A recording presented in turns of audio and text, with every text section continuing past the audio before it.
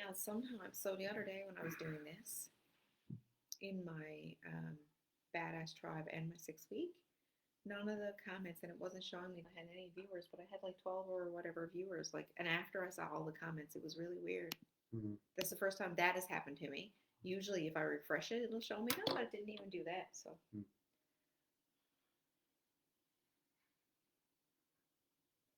anyways, we're early. So we'll give it a few minutes, but then we'll start doing our thing. Viewers or no.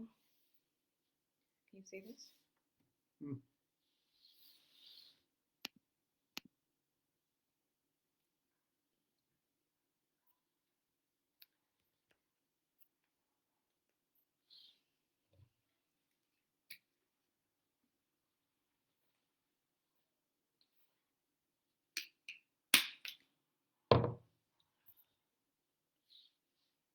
So you're saying weight loss isn't sustainable because weight loss is chasing a number and Usually, yes. We can get into like more detail of that. These are just notes I made so that I don't kind of miss anything important that I would like to put out there. Okay, we're gonna start. I don't know if there's anybody watching or not because this does. Oh wait, no. Hey Joyce, this is so I don't know if there's more or not. See how it doesn't say there's any viewers? Yeah. So I don't know. Anyway, it's I think it's a Facebook issue, not a us issue. Anyway, welcome to live coffee time with me and me. We're going to talk today about the difference between fat loss and weight loss. But before we start, we wanted to say that if you come in and you're catching us live, but you're not watching it all, and then you go back and watch the replay, let us know you watch the replay. If you watch the replay after the fact, let us know you watch the replay. Let us know if you get anything specific or like anything stands out that we talk about today that maybe you didn't know that resonated with you. If you have a question as we're going through, feel free to put the questions in the comments. I'll refresh it every so often and hopefully they work. But before we started, we did want to put out there as well, and I know that there's not a whole lot of people watching. Right now we only have Joyce from what we can tell.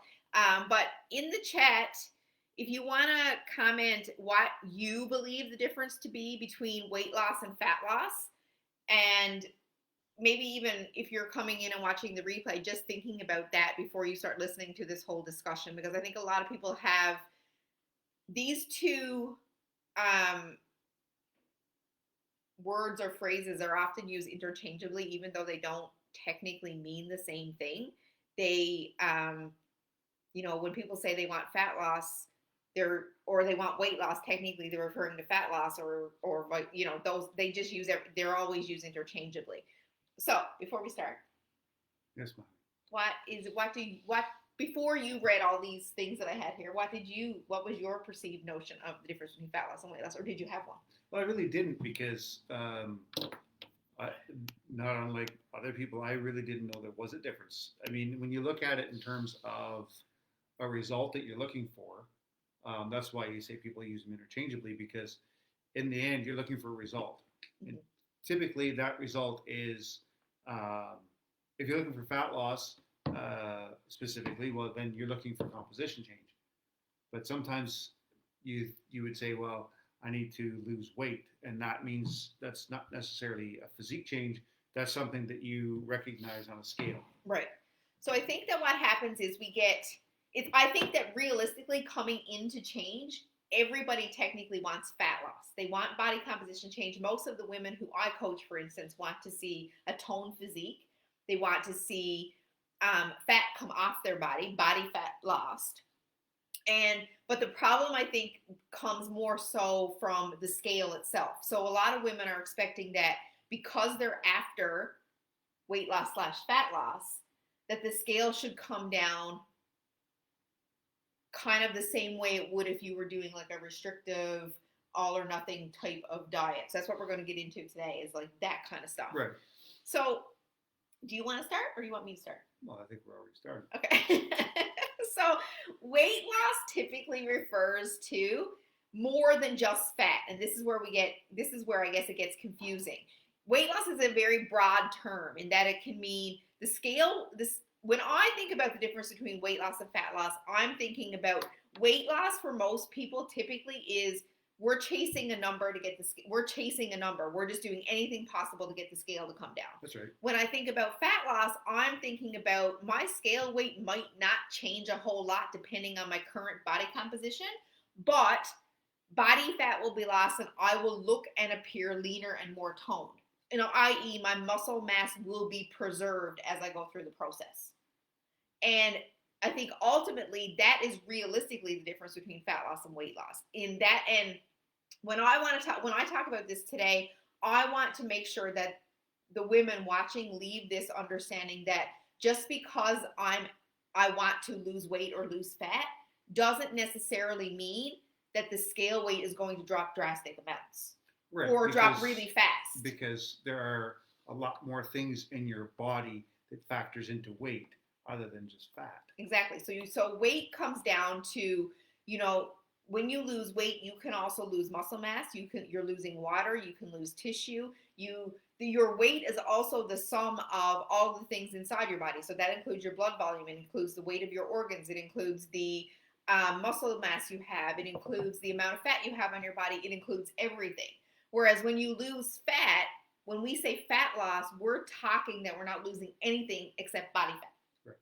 So that's I guess the technical difference between the two. Yeah. So the other thing you forgot about weight is because you said something twice there, but one common body weight that really messes with your scale is water weight.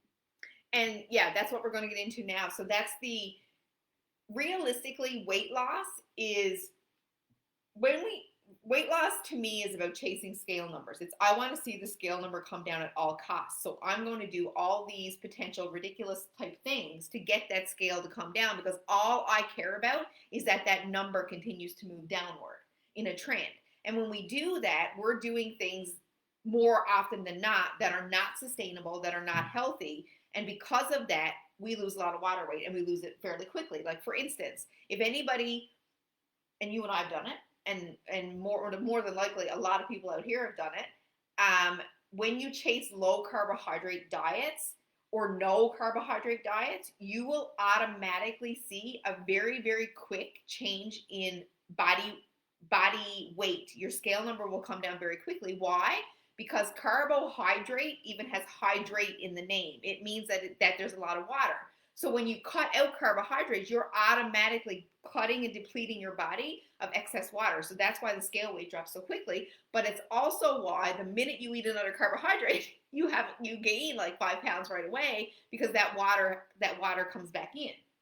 So fat loss is usually thought of or usually taught and usually produced in a healthier, more sustainable way where the goal is to protect your muscle mass, protect your overall health, protect your metabolism, balance blood sugars, improve or at least maintain strength, and there's foresight or intention around protecting hormones and everything through the process. Again, weight loss is usually technically the opposite of that. We don't think about anything else except getting the scale number to go down as quickly as possible. Right, because weight is a number where fat loss isn't a number. Like fat loss, like you say, is body composition. It's something that you can physically see, but it doesn't necessarily translate into a number as it's depleting. Right. Because, like you said, your eating habits, your sleeping habits, all those different things, your exercise routines, all those impact the difference between fat loss and weight loss. And that might be the other reason why people tend to gravitate more to the scale, because the scale fluctuates on a day-to-day basis, right? But because it fluctuates, and it will always fluctuate on a day-to-day basis, in some ways it's measurable. Whereas fat loss can be measurable too with inches and measurements and stuff, but they don't fluctuate and they don't move nearly as quickly as the scale can. Correct. So then we get caught up in, well, this is taking, like it's a 4-week process sometimes for people to see any significant change in measurements and stuff. So, right. Or even and it's a longer process again sometimes for people to see changes in their clothes.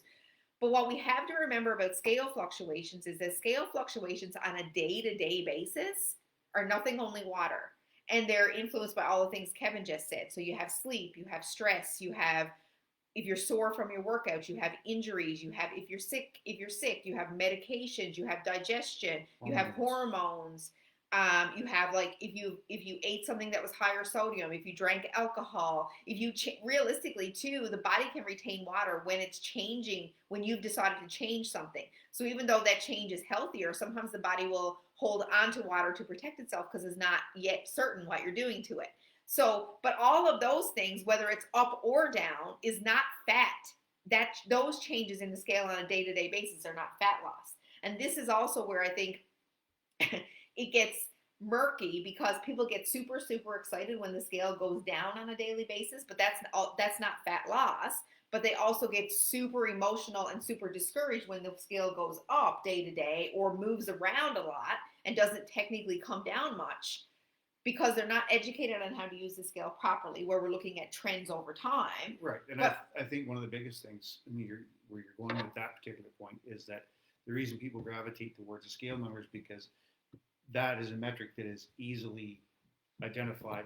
And like you said, with fat loss could take 4 weeks, 6 weeks, 8 weeks, even a couple of months to do, where if you do this restrictive all or nothing diet, you can see a dramatic loss in scale weight. Yes, so people get super motivated and super encouraged by that. Right. When technically, again, not always or all of it, those big drops are not all fat. So the thing that we have to remember about scale drops, especially, and the fluctuations that happen day to day, when they go up or when they go down, that doesn't mean fat loss, but it also doesn't mean that fat loss is stopped or anything just because the scale isn't moving. So fat loss gets masked on the scale when you're stressed, when you lack sleep, all those things that I listed, but that doesn't mean fat loss isn't happening. Right. So just because your scale isn't moving down or even trending downward right away doesn't mean that fat loss isn't happening despite it. Right. And fat loss could be happening, which means you're losing weight, but because you're going through all the other stuff with, retaining water and things like that. That's why you say it masks it. You can't see it because one is compensating for the other. Right. So I guess I want to put out there as well that I want to make sure that people understand that there is a correlation between the scale and fat loss, in that a lot of people will see the scale trend downward, and technically, if you have a lot of weight to lose, the scale trend will go downward over time. But it's over time that's the key. The fluctuations day to day or even week to week aren't really associated with fat gain or loss. That's what we're trying to get at here. Right, because the thing that is that a lot of people don't correlate is that it has taken, for some people, right, it has taken years to put the fat on. Exactly. So right? It's not going to take days or weeks to get it off. Fat off, exactly. Because your body is used to it, your metabolism is used to your habits and behaviors and your eating styles and the foods you've ate over the course of your lifetime that got you to the point where you go, look, I need to start losing fat or weight, whatever you want to call it. And people don't recognize the time that has taken. No, and I also think that people, like, again, because of diet culture and the way diet culture promotes things with these extremes and these restrictive things, society has taught us that if the scale is not moving, we're doing something wrong. Mm-hmm. And that's not technically true. That's not even technically true. It's not true at all. So you can lose weight as well without losing fat. So you can technically lose weight on the scale. Your scale can be dropping, but you're not technically losing fat or losing very much fat in the process. And again, that's the things that Kevin and I kind of already brought up, which is super restrictive diets or no carbohydrate diets, or you can get the stomach flu, or you can lose a limb. You, like, literally all of these things would create a change. You can lose muscle mass. All of these things would create a change. Your bone density can come down, would create a change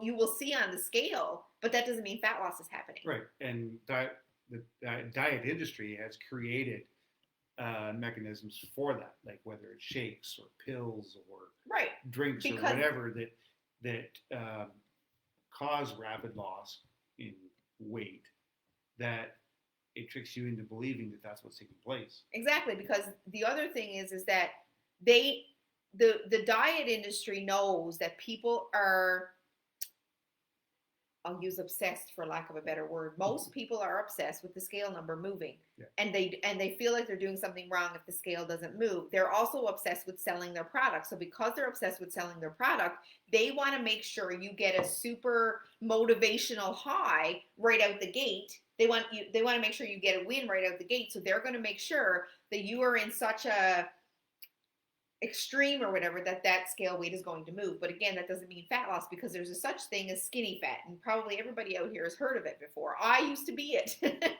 Where you're doing all these crazy things and your weight is definitely dropping, and it probably drops fairly fast, but again, your body composition itself hasn't changed that much. Yeah, you might be smaller size, but you don't look like you have any muscle, you don't look toned, you look smaller, but you don't necessarily look leaner, or you look skinnier, but you don't look any more toned, you know? Mm-hmm.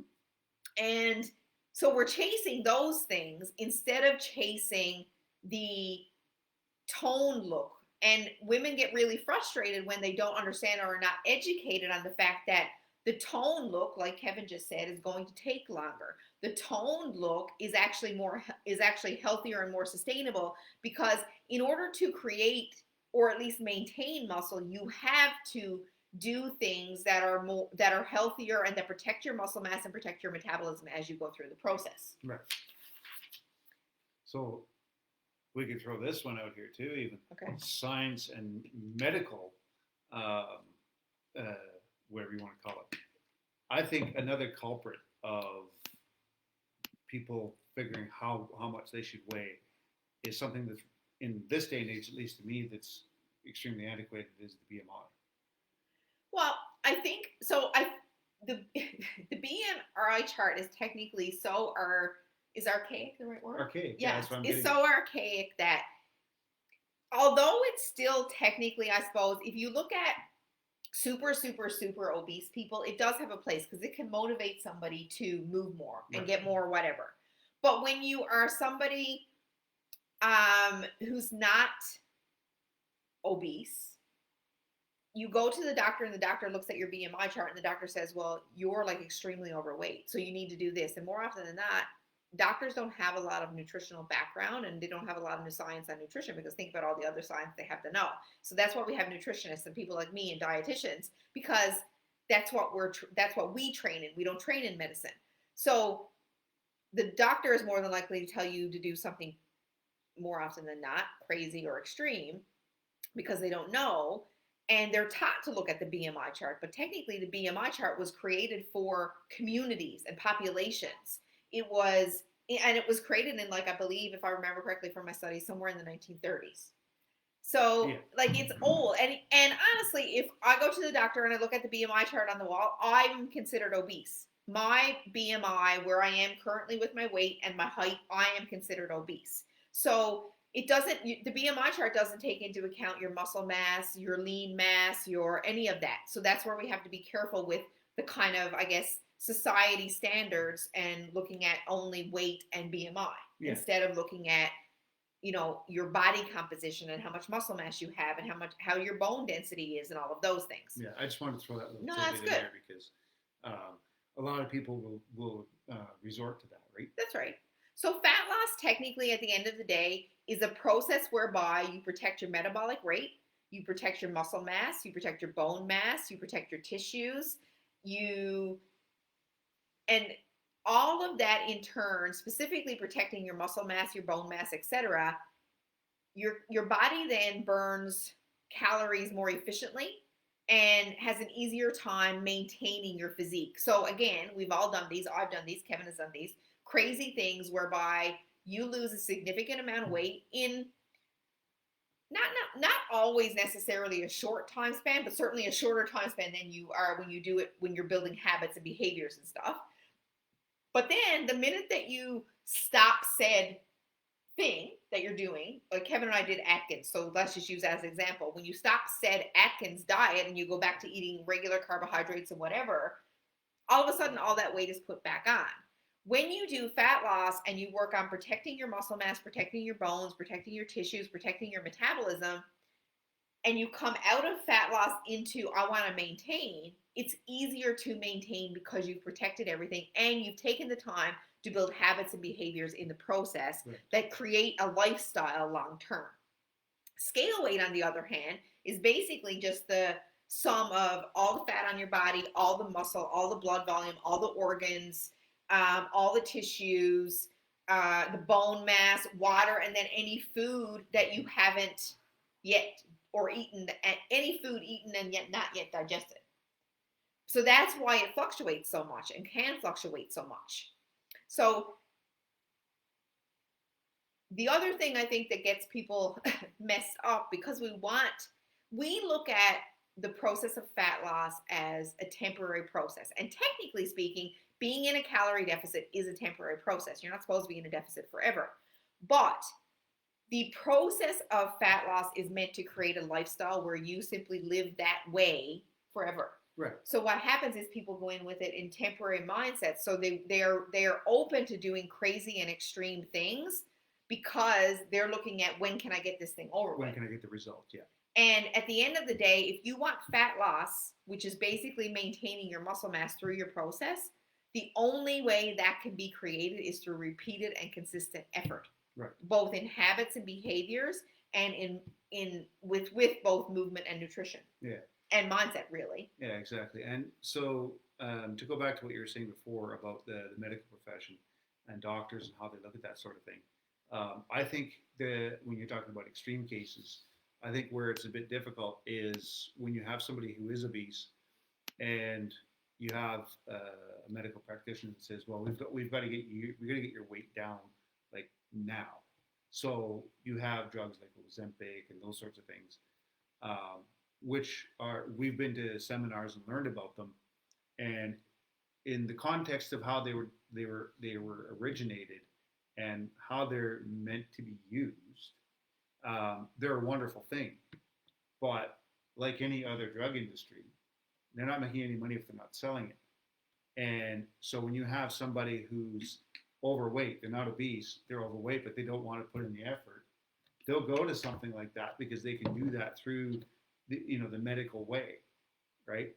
So it has the same result at the end. Once they've lost the weight, they've lost the fat, whatever you want to call it, but because they haven't built the behaviors and the habits and all the things that you talked about earlier, they're going to go right back down the road they were just on, right? So there's two things, and I think this is a touchy subject. So we opened up the door, so I'm going to talk about it. I think just like the BMI chart, personally, as a health and fitness perspective, as a health and fitness professional, I see that GLP-1 medications have a place. We learned about this. We've done a couple of seminars. I think that they have a place. However, I think the way that they are prescribed right now in doctors' offices and such, I was kind of pussyfooting around that, is technically no different than any other diet. And the reason that I'm putting it out there like that is because GLP-1s have a place in that. If you are obese or if you struggle immensely with being able to control your appetite, the GLP-1 medication is going to be able to suppress your appetite, allow you to keep a deficit, and create the results you're after, which could impact and possibly improve your overall health. That's the idea behind it. Right. For weight loss, I mean. However, just like everything else, as Kevin mentioned, if you are on a GLP-1 medication, and unless you plan on staying on it forever, and even if you do plan on staying on it forever, if you're not working to protect your muscle mass, your bone mass, you could see significant health risks in the future, whereby you get, like, say, things like osteoporosis and all of those things because you didn't protect your muscle mass and your bone mass. But in addition to that, if you are on a GLP-1 medication and you do intend to come off it, you technically should be working with a professional. It doesn't have to be me. I'm not trying to sell you on my program or sell you on my product. You should be working with a professional, whether that's a nutritionist, a dietitian, somebody like me, to help you build habits and behavior so that when you do come off it, you don't go backwards. And so that while you're on it, you are working to protect your muscle mass. Because at the end of the day, your muscle and your bone mass is going to be what protects you as you age. So even if we take fat loss off the equation, or weight loss, or whatever we want to call it, off the board, off the chart, you should be working, everybody on the planet should be working to protect their muscle mass and bone mass as they age, because that's going to be what allows you to protect your physical health. It's going to be what allows you to protect your movement and mobility. It's what's going to help you as you age to be able to get off and on the toilet by yourself, et cetera, et cetera. Yeah, and I think that's a really important thing to consider, because a lot of us don't feel ill effects right now. We feel, rather healthy, rather well. Or some of us are also saying, oh, well, that's just another part of age. And sometimes it is, but not always. No, exactly. If you're neglecting your health now, you really can't expect to not suffer, because a lot more when you get older. Yes, and again, it's another one of these things whereby people get super, super, super excited because their scale weight's going down, but they're not looking at zooming out, or maybe they don't even know, because a lot of people aren't educated on these things, zooming out and looking at the big picture. Again, as a health and fitness professional, I do believe personally that GLP-1 medications have a place for certain individuals, provided that they've gone through the whole series of and qualified more or less as both, I'm going to work with the nutritionist as I go through this process, and I'm going to work with a nutritionist trainer combo, or a nutritionist and a trainer, to make sure that all of these things are protected as I go through that process. But this is good, because this is also part of the whole fat loss, weight loss thing. It's another example of people going after something just to chase skinny, just to chase smaller, just to chase thinner, not thinking about, or maybe not even knowing, because I didn't know all this stuff before. Yeah, it wasn't not until knowing we went to seminars that we understood. Right, not knowing the bigger education part of it. And when we go back to fat loss versus weight loss, so weight loss again is more or less chasing numbers. It's chasing short-term goal, but it also fluctuates based on water retention, fluctuates based on food and digestion. Hormones. It changes. There are certain things about your weight that you can't control, like blood volume, the weight of your organs, all of those things you can't change. And except your stomach. And then fat loss is, again, about protecting muscle, protecting metabolism, protecting hormones, blood sugar, etc., as you go through the process. Fat loss, I'm sure you've probably all heard this too, that fat, or I should say this, muscle is denser than fat, which means that as you lose fat and you maintain your muscle, you can appear smaller and leaner without actually seeing much change in the scale. And that's not because muscle weighs more than fat. It's simply because muscle is denser, which means that it takes up less space inside the body than fat does. And if you've ever seen those little, what do you call it? You can buy them on Amazon. There's a red one, it looks like muscle, and there's a yellow one, it looks like fat. And the two of them weigh the exact same thing, like 5 pounds each or whatever. I should buy them, actually. Two of them weigh the exact same thing, but you can see that the fat is way bigger than the muscle. And that's, again, because when you lose fat and you maintain muscle through your process, you're going to appear or look like a smaller, toned leaner version of yourself, but your scale weight may not change very much. It may not change dramatically. I have a picture of myself from, say, not that I wasn't, I'm going to say, it was just after my competition when I had started to kind of like lean out again. And there's only a 7-pound difference, but it looks like a dramatic difference. It looks like it should be a lot more scale weight than it is. And there's only 7 pounds difference between the two pictures. So body fat decreases can look dramatically different, but can also have a very profound effect on your overall health and well-being. Because again, you are protecting your bone mass, your muscle mass, your metabolism, and all those things as you lose fat, and which again can result in the scale not necessarily moving that much, but you appearing to be a totally leaner, more badass with muscle version of yourself. That's right. So fat loss, I guess, if we want to really explain it and take it down to the nitty gritty of like, well, okay, Melissa and Kevin, well, how do I create fat loss as opposed to just chasing weight loss? Fat loss is created by being very, very cautious with your calorie deficit. So you don't want to be too crazy with it, for lack of a better word. So you want to, yeah, so you want to be kind of in a moderate deficit, so that, again, because if you chase extreme low calorie deficits, or you chase extremes, you have a risk of also losing muscle through the process of losing the weight slash fat. And you don't want to do that, or you want to do that the least amount possible, or whatever I'm trying to say here. So you want to have that, and and with that, then of course you want to have adequate nutrition. So that means adequate protein, adequate fiber, adequate nutrients coming into your body. So yes, calorie deficit is what creates fat loss, but at the same time, the quality of your calories matters. So lean protein, adequate fiber, lots of veggies and, fruit, so that you're getting adequate nutrients. That's really important. And then, of course, there's strength training to protect your muscle mass or build muscle even better. And just general daily movement, being, going for a walk or being on your feet more, those things also matter. So just humor me here when I say this. And let me know whether I'm right or wrong. Mm-hmm. When you say, don't go super low calorie on your deficit, is there a point where your body would actually store fat and hang on to fat if your calorie is too low because your body feels like it's starving itself? No.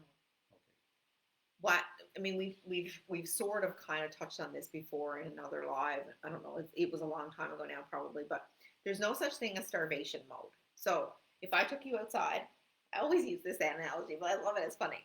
If I took you outside, tied you to a tree, gave you nothing, no food, you're not gonna pack on pounds. No, not necessarily pack on pounds, but your body stores a certain amount of fat for later use, correct? No, not if you're in a deficit. What happens is this. This is where people get it. So there's a myth for debunking. Yes, people get confused by this. So a lot of people call that starvation mode, which is don't go super low calories, because if you go super low calories, your body's going to hang on to fat to protect itself and make sure it's not starving itself and to heal itself. But if I did take you out on a trip there wouldn't come a point where you wouldn't lose fat. You would literally I'd eat the treated big you would literally starve yourself. You could literally die because you don't have enough fat on your body anymore. Right? So your body would just, for instance, this is not a funny example, but if you were in the hospital and you were sick and you weren't eating and whatever, you would whittle away to nothing. Right. Your body wouldn't hold on to fat. It just doesn't work that way. But what does happen when people go into extreme low calorie deficits, especially if you're there for a long time, is your body adapts to that. That's called metabolic adaptation.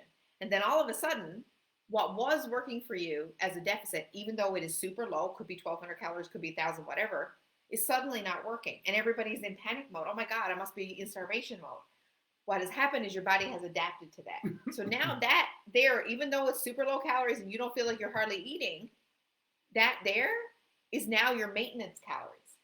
So in order for you to create a deficit, you either have to do one of two things. And the only right one is to reverse diet, which would be to go back up, knowing that you can have fat loss for a while and go back up till you get to a safe place to go back into a deficit. Or the other option would be to make the deficit out of where you already are low calories, which would just be silly, ridiculous kind of a way.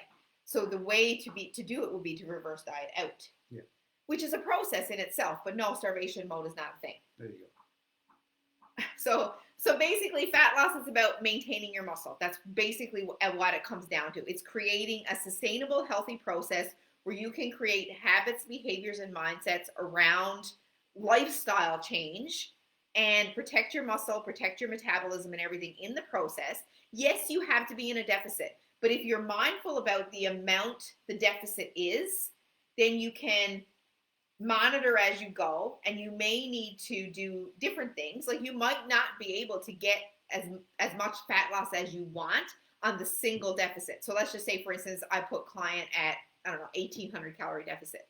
Well, she may be able to do that deficit with strategic other implementation of things for 6 months to a year or more before she needs a change in calories. But eventually she will plateau there, and then we'll have to take her lower. But what we're doing through the process is we're being strategic with all of the things, so that I, for instance, could have started her at 1,500 calories, but why would I do that? Because then she's going to adapt to that, and then we don't have as much wiggle room. Whereas if we start higher calorie and we start with less exercise, there's a lot of wiggle room that comes up in the process that allows me as a coach to move things around and change little things that still keep the progress going without it necessarily having to feel like she's starving or she has no food coming in or any of that. Right. Or the body metabolism muscle doesn't get protected through the process. So, I guess at the end of the day, fat loss is about sculpting your body. It's not just about making your body as skinny as possible, as small as possible, as thin as possible. It's about sculpting your body to be leaner and more toned, i.e. have more muscle mass through your process so that most women, when they're done fat loss, want to look like they're somebody who is fit and healthy and works out. Right. Most of my clients who came to me saying, Melissa, I really need to lose weight. When we talk about it, when we go through the process, most of those women don't just want to look like a smaller version of who they look like right now. They want to look like a sculpted, body composition change, more toned, fit individual, healthy individual than they look like right now. Right. I think one of the things to add to that though is that not everybody is looking for that sculpted, toned body. So I think I don't want to have that as the stigma or. So no, you know what I mean? I agree with what you're saying, but I think that so I think this again too, and I think honestly, I think that we can change the wording if you want, but I think women need to start to embrace this because a fit, toned physique doesn't mean that you're going to look like Arnold Schwarzenegger. There you go. Like that's you're not just going after. You can lift a lot of heavy weight and not look like Arnold, and not have arms like basketballs and legs like tree trunks. You don't even have to lift heavy weight either, technically, to get those things if that's what you're after. At the end of the day, looking bulky, which is what a lot of women are afraid of, comes from eating too many calories while lifting weights. Because then you have a bulky look. You have so much excess fat over the muscle that you've built that you appear bulky. Whereas if you are after fat loss and you're in a moderate calorie deficit and you're lifting weights and you're doing progressive overload and you're challenging yourself in the gym and you are in fat loss, like i.e. you're actually losing fat, you're not going to appear to look like Arnold unless that's what you want. Right. And even if you do, you have to go through what we classify as bulk phases and then fat loss phases, bulk phases, fat loss phases in order to be able to build the actual muscle that is needed. Right. Literally building muscle, like to get a bulky look, we are talking about, it takes it's like sitting here watching paint dry. That's how long it takes. It takes a long time to build muscle, at least to that extent. Right. I've been doing this for 15 years and I don't look like Arnold. And I lift fairly heavy inside the gym and have for years and years, 15 years now. Yeah, flex, I hear you. Yeah. I mean, most of the women who get to go to the gym and lift heavy weights and recognize how strong they are, they build their self-confidence and they're super fucking proud of their muscle. Absolutely. As they should be. As they should but be. I just wanted to clarify that. No, it's a good point. Because when you say everybody's desire is toned, sculpted, blah blah blah blah blah, not that's to me but I think too broad and general. No, but I think that this is the thing. So people are probably out there, and you're probably right. So this is a good thing to bring up. Women are probably watching this thinking, well, I don't want to be bulky and I don't want to look like a competitor. You are not going to look like that. Right. You're not. Like I said, 15 years in, and I don't look like that unless I was getting ready to compete. You can't see veins running down my biceps or anything like that, like you can when I was competing. Correct. And so unless that's the goal you're after, looking for sculpted or toned is not the same as being bulky. Right. So I think that women need to embrace the words like sculpted and muscle mass, but that doesn't mean they need to embrace being bulky. Right. It's still feminine.